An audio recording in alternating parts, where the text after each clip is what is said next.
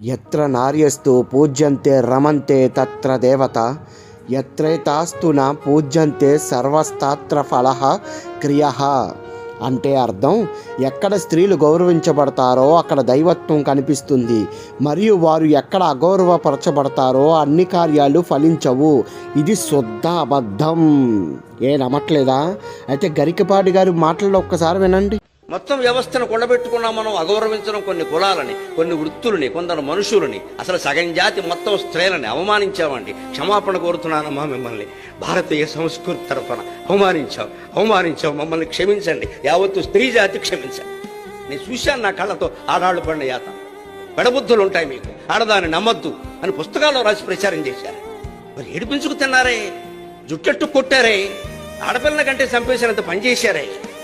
అది నా జాతి చేసిందమ్మా, నా పండితులే చేశారు, నా గ్రంథాలే చేసాయి.